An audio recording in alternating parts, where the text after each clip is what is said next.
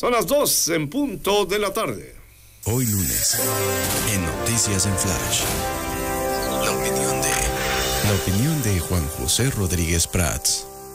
Así es, efectivamente, aquí está de regreso con nosotros esta tarde y parece que de muy buen humor el licenciado Rodríguez Prats. ¿Cómo está? Bienvenido, primero que nada. Pues muchísimas gracias, Hugo. Debo decir algo, te extrañé.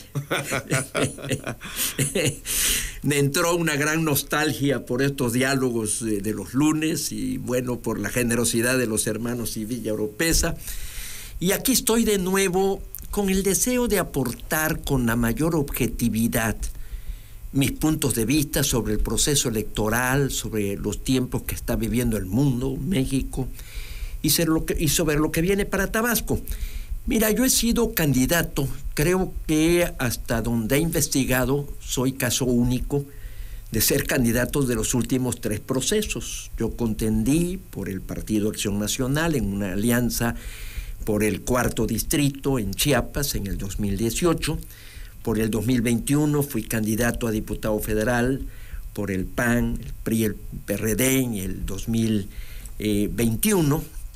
Y ahora fui candidato del PAN para diputado local. ¿Por qué aspiraba yo a ser candidato a diputado local? Soy un enamorado, un apasionado de la vida parlamentaria, del debate, de la deliberación. No es algo simplemente que a alguien se le ocurrió. Yo creo que el deseo o el anhelo o la necesidad de confrontar ideas es algo que nunca acabará y que es el mejor camino hasta ahorita para tomar las mejores decisiones. Entonces yo sí deseaba aportar mi experiencia para incorporarme en el Congreso local. Sentí que era una responsabilidad y también de postularme sin la certeza de que uno va a ganar, porque ahora resulta que cuando le dicen a alguien se va a postular, ¿qué posibilidades hay de triunfo? ¿Qué apoyo voy a recibir? Me parece que eso es contrario a la lenta construcción de un espíritu democrático. O sea, tú te tienes que meter y no estar haciendo cálculos. Hice campaña, ves cosas que te sorprenden. Yo creo que el proceso electoral mexicano está profundamente viciado. Te diría yo que se están combinando 2 factores y esto hace que sea una lucha híbrida. Por una parte, el manejo de la ciudadanía, esto no lo digo yo, lo dijo el presidente López Obrador, de que él confía en los pobres, de que él habla de que su partido, su apoyo más importante está en los beneficiarios de los programas sociales, lo ha dicho, no estoy nada inventando, pero junto con eso, ahora hay otro elemento, las nuevas tecnologías.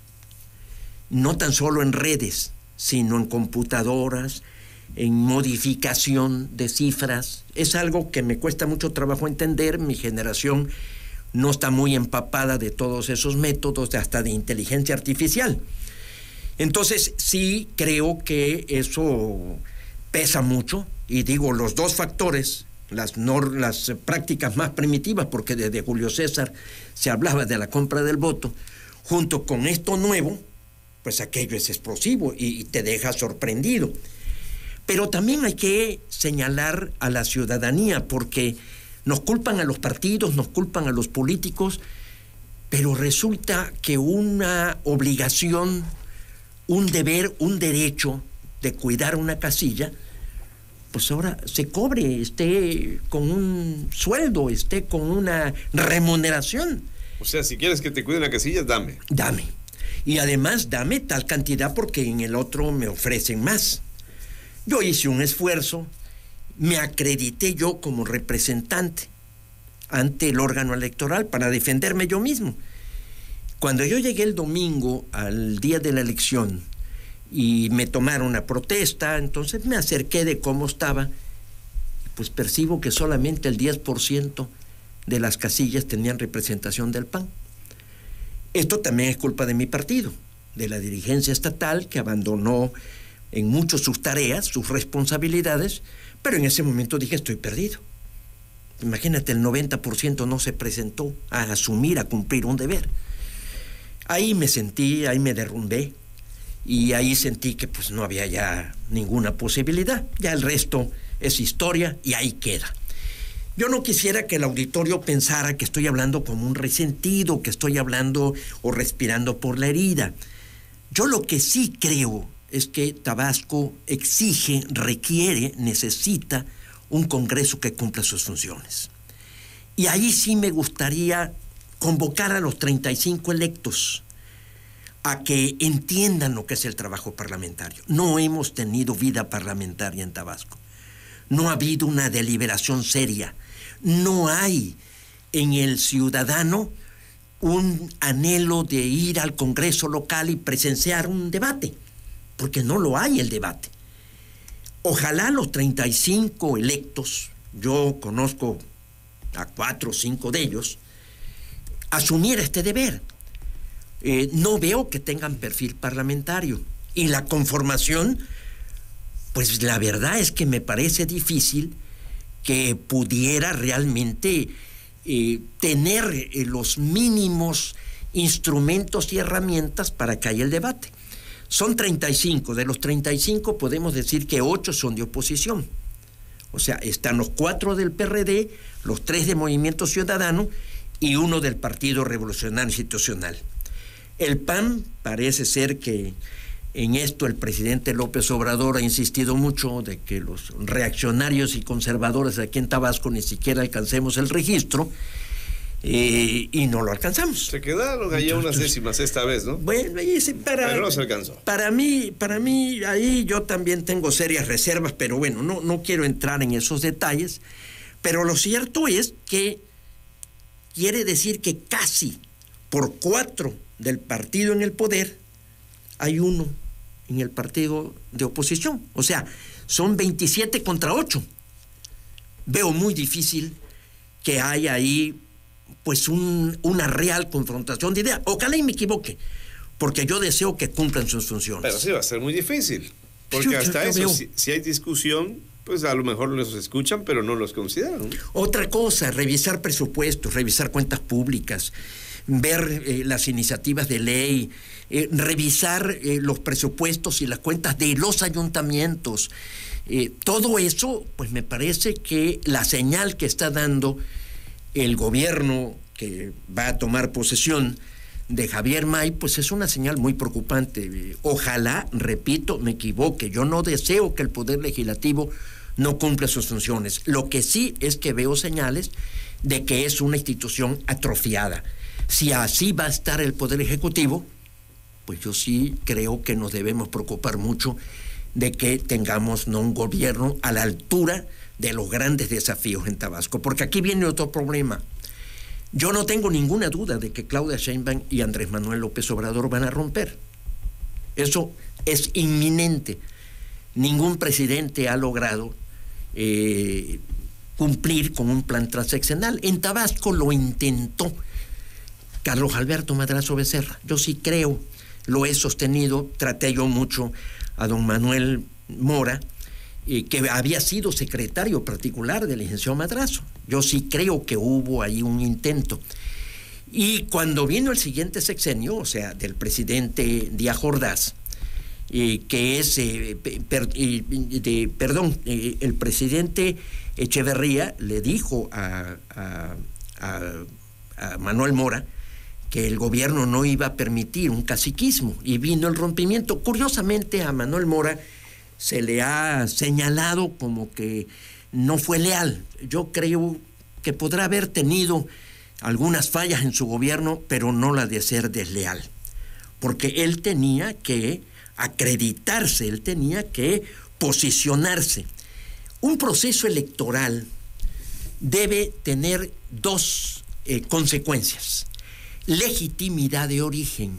Esto sí quisiera que el auditorio, perdón si me extiendo un poco, mi querido Hugo, pero tanto tiempo de no hablar, pues ahora sí. ¿Qué es la legitimidad? Legitimidad es consenso. Legitimidad es que la autoridad se acredite como gente confiable y que viene de un proceso electoral que arrojó una voluntad ciudadana. O sea, hay legitimidad de origen, que es la que da el voto, y legitimidad en el ejercicio del cargo, que es mediante resultados. Este término legitimidad, que no es legalidad, la legalidad es un elemento de la legitimidad, o sea, cumplir la ley. El otro término es gobernabilidad. Cuando un gobierno tiene gobernabilidad, cuando está con capacidad para resolver las necesidades de los gobernados. ¿Cuáles son sus necesidades? Seguridad, disminución de pobreza, servicios públicos. Estos son lo que está señalando la ley.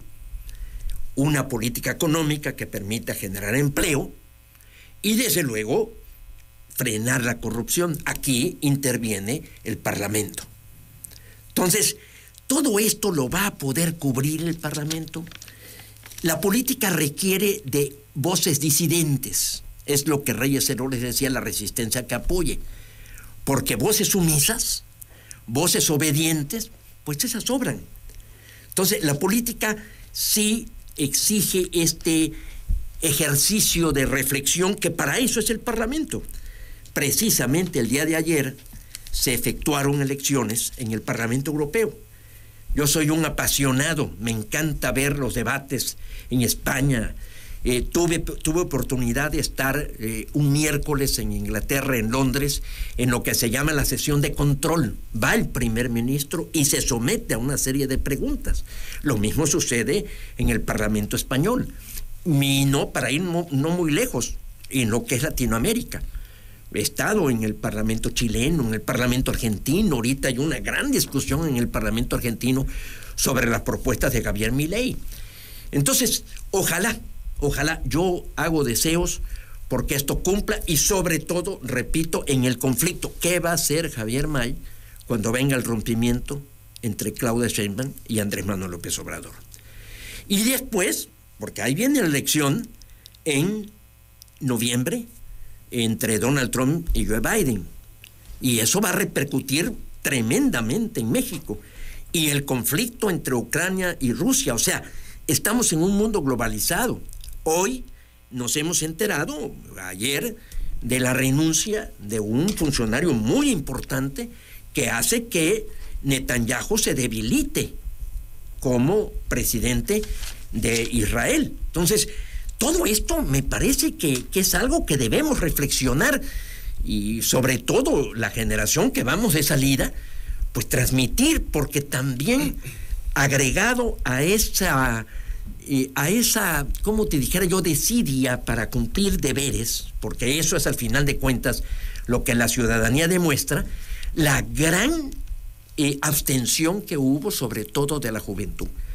La juventud tiene un enorme rechazo. Se dice fácil y se culpa a la clase política y se culpa a los partidos de que no nos acercamos a los jóvenes, pero los jóvenes están poniendo empeño en enterarse y conocer, reflexionar sobre todos estos problemas. Me parece que todo esto nos dará para discutir y analizar en las próximas semanas, porque nos exige que estemos analizando.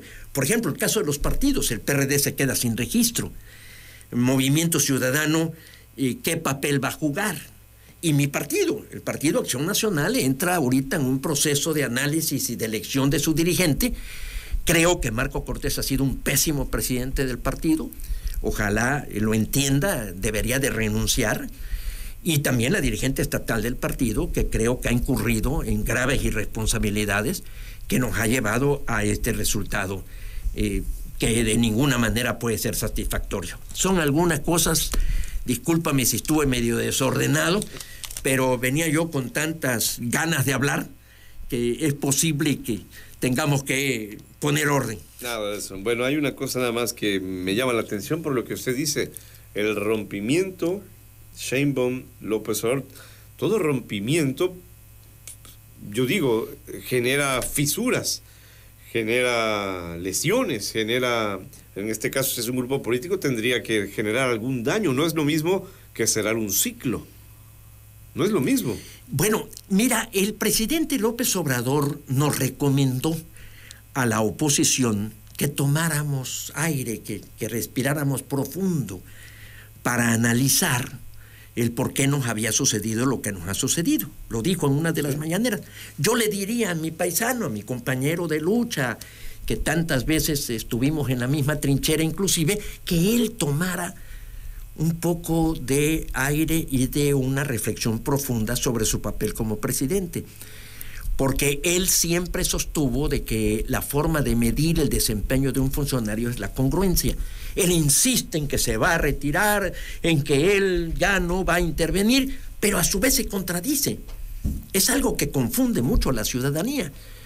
Porque ya, por ejemplo, ahora habla de que tendrá el derecho de réplica. Y de que si Claudia le habla, él retornará, y habla de la participación política posible de sus hijos. Me parece que está entrando en graves incongruencias. O sea, él dice que no es necesaria la reforma ahorita, no hay que presionar esta reforma que se conoce como la C. Plan C. El plan C. Pero también está diciendo que la justicia está sobre el mercado, como si su propuesta sea la justicia. Yo aquí tengo serias dudas, porque él propuso a Lenia Batres, que tomó posesión sin siquiera pasar por el Congreso, sin llenar los requisitos que la Constitución dice. Y también el caso de Yasmín Esquivel. ¿Quieres tú mayor muestra de una ministra que se resista, que se oponga, para que se revise si su tesis fue plagiada o no? Digo, me parece que a la clase política, a la clase gobernante, nos está faltando mucho respeto a nosotros mismos, mucha autoestima. ¿Cuántas veces nos hemos enterado en otras naciones de las renuncias de la dignidad? Y ahora, ¿cómo se resiste la gente a estar aferrado al poder? El retorno de Arturo Saldívar. La revista Nexos de este mes está hablando de la corrupción terrible que hubo siendo él presidente de la Suprema Corte. Yo tuve oportunidad de tratarlo. Te puedo decir que inclusive consideraría yo que tuvimos una relación de amistad, pero de que hay elementos muy, muy preocupantes en su desempeño, no hay duda. Entonces, yo sí le suplicaría al señor presidente que respire profundo, que reflexione sobre sus deberes y que dé señales muy claras, pero en su actitud, en su conducta, porque esta declaración de Mier, sin duda, fue obedeciendo a una orden del presidente López Obrador. Eso no hay duda. Esa decisión no la pudo haber tomado Mier por voluntad propia de decir que en el mes de septiembre se va a aprobar la reforma del plan C. Irse a la elección de ministros y que con el ejemplo que nos ha dado de estas dos propuestas que hizo.